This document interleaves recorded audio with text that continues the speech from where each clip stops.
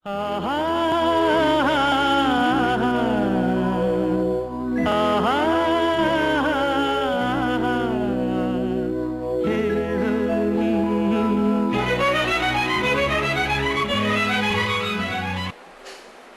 December 15th அன்னைக்கு 41 years இந்த film இண்டஸ்ட்ரியில கம்ப்ளீட் பண்ணி 42nd இயருக்கு போயிட்டு இருக்கிற பாலு சாருக்கு என்னோட எல்லா நல்வாழ்த்துக்களும் தெரிவிச்சுக்கிறேன்.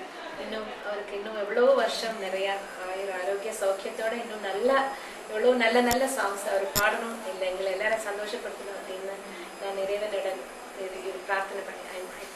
இன்ட்ரெஸ்டிங்கான ஒரு விஷயம் சொல்றதுன்னா, ஆக்சுவலாக ஒரு தெலுங்கு ரெக்கார்டிங்ல நான் தெலுங்கு பாட ஸ்டார்ட் பண்ண டைம்ல எனக்கு சுத்தமாக தெலுங்கு தெரியாது. தெலுங்கு சொல்லி கொடுத்ததே பாலு சார் தான்.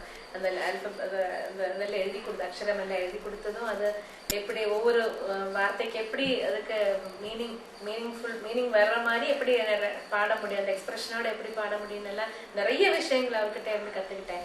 ஆக்சுவலி இப்போ அந்த ரெக்கார்டிங்க்கு நான் பாட டைம்ல பாலு சார் முன்னாடி வந்து லிரிக்ஸ் எல்லாம் எழுதி அவர் டியூன் கற்றுக்கிட்டாரு.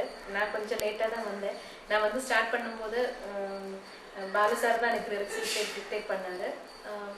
அப்புறம் அதை டியூனோட நான் கற்றுக்கிட்டு நான் மைக்கு முன்னாடி பாட ஆரம்பித்தேன் அவரோட சேர்ந்து.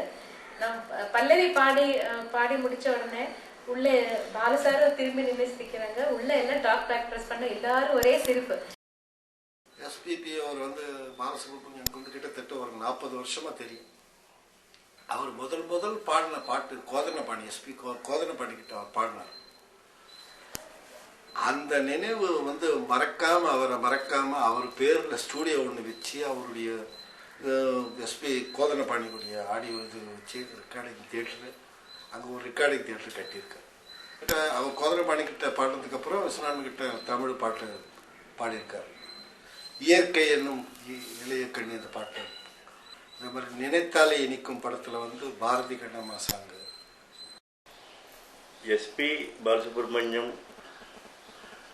அவனுக்கும் எனக்கும் இருக்கிற சம்பந்தம் வந்து, நான் அவனுக்கு தந்தை, எனக்கு குழந்தை. அவன் குழந்தையிலிருந்து எனக்கு தெரியும். அவன் வந்து மல்டிஃபேரியஸ். அவனுக்கு சங்கீதத்திலே அவனுக்கு பாட முடியாததோ தெரியாததோ ஒன்றுமே இல்லை.